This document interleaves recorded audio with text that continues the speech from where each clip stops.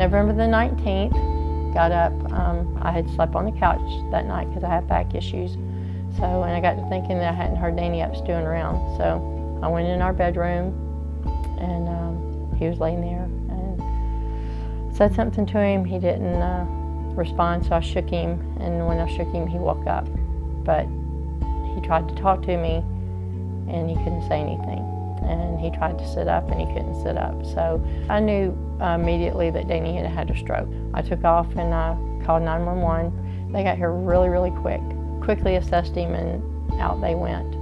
That's when I felt like the miracles started happening with Danny, because of how quickly all that took place. I was afraid. I was scared. As bad as he was, I was afraid that I would lose him. When we got into the emergency room, they went ahead and let me go back pretty quickly, and they told me that he had had a massive hemorrhagic bleed, and that there wasn't anything that they could do, and they didn't think that he would make it 24 hours.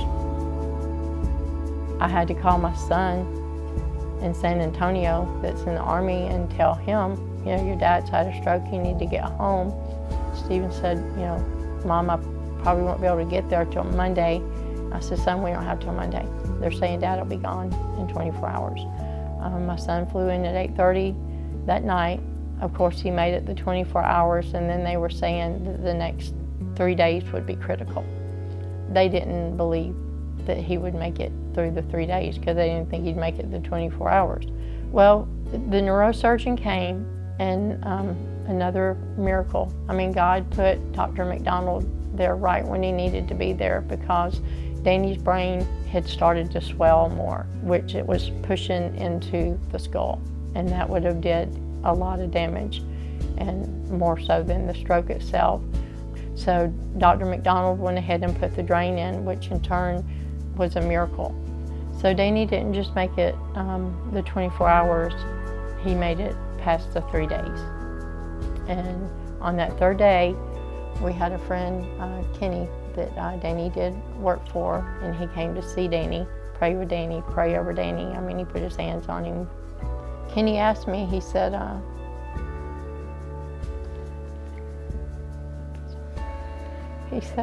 do you believe in God? And I told him, yeah, you know, I've believed in God since I was 6 years old, and I'm 52 years old, so 46 years. Then Kenny looked at me and he said, but do you have a relationship with God?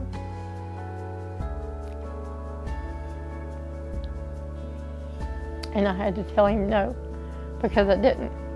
And so he talked to me a little about, you know, what that meant.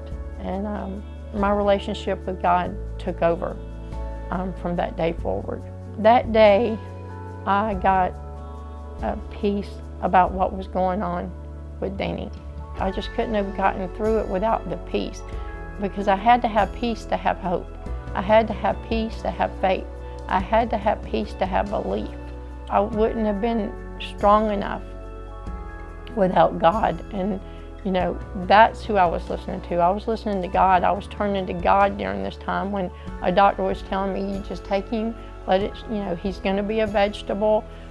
You know, you need to just remove the tubes.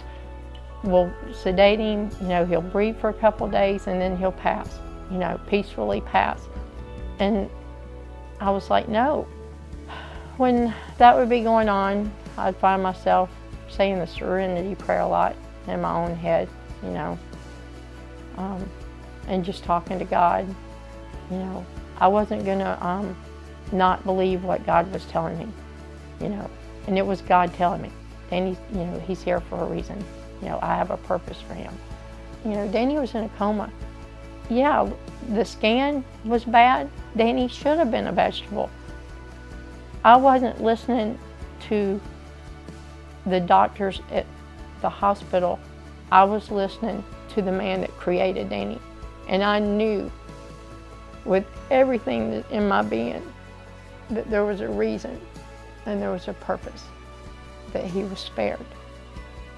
Before Danny's stroke, Danny was a doubter. And he's not today.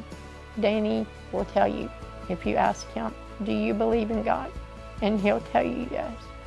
If he had died that day, not being a believer, yeah, I would have known where Danny had gone. But if he were to leave me tomorrow, I know where Danny's going now. He'd be in heaven.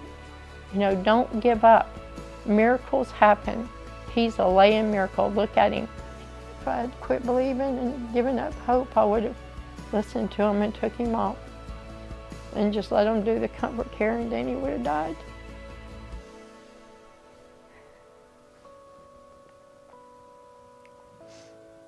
But I never gave up hope.